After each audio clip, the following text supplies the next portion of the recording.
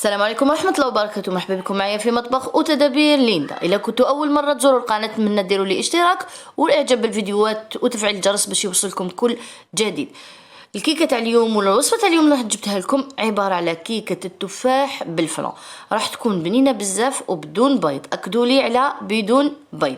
راح تكون قلت لكم بنينة بزاف، حتجي معلكة، القوام تاعها رائع وراح تطلع كيما راكم تشوفوا، وراح تجي بزاف بنينه اون ديغي مشربه لداخل وهي ما درنا لها لا سيرو لا حتى حاجه. هذاك الفلون راح يعطي لها واحد القوام يعني مميز وبنين بزاف، وكيما قلت لكم بلا بيض، وراح تعطيكم نتيجه مبهره وتعجب عائلتكم.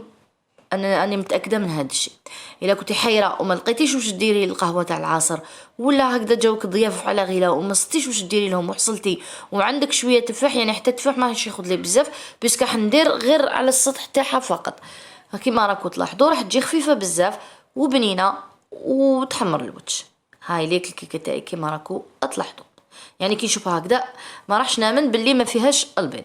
راح تشوفوها معايا ان شاء الله خطوه بخطوه. راح نصلي على رسول الله صلى الله عليه وسلم ونبدا معكم مباشره. جبت اناء ديالي نخلط فيه، حطيت قريصه تاع الملح، وعندي كاس غير ربع تاع سكر، نص مغرف كبيره تاع لافاني، وعندي كاس واحد اخر تاع زيت، كاس حليب هنا يكون بدرجه حراره المطبخ، وعندي هنا باكي تاع فلون تاع 50 غرام. هذا الغبره اللي موالفين نستعملوه ذوق فانيليا بنسيون هكذايا بهذا الشكل.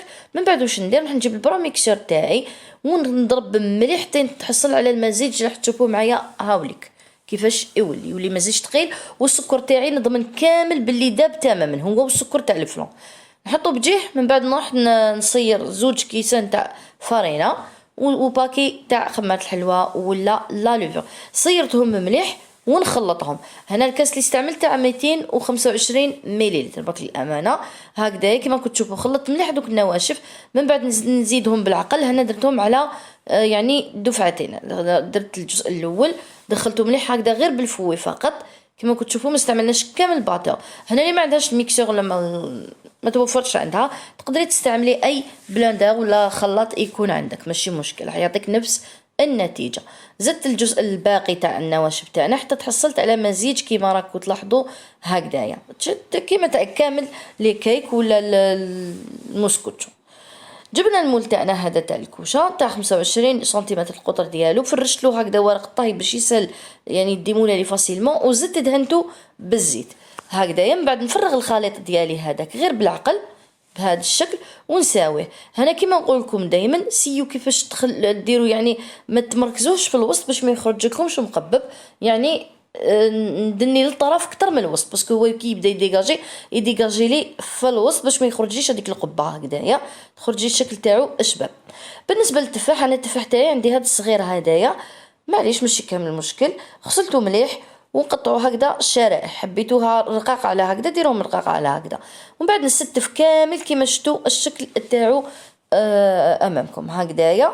خدالي واحد 3 ولا 4 حبات هادو صغيورين، لا كانت حبه كبيره بيان شو راح يدي اقل بهذا الشكل. بعد ما ستفتو ندخلو للفرن يطيب على 180 درجه كيما كامل لي موسكوتشو ولا لي كيك تاعنا، يعني ندخل بيك نلقاه طاب.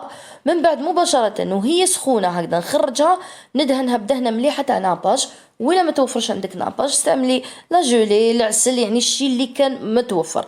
ندخلو للفرن ونشعل عليه غير من الفوق بك باش يتكراميليزا ويعطيني هذا اللون الشباب والذوق الرائع تاع الكراميليزاسيون هذه اللي تشوفوا فيها، وراح يعطيني قلت لكم ذوق رائع.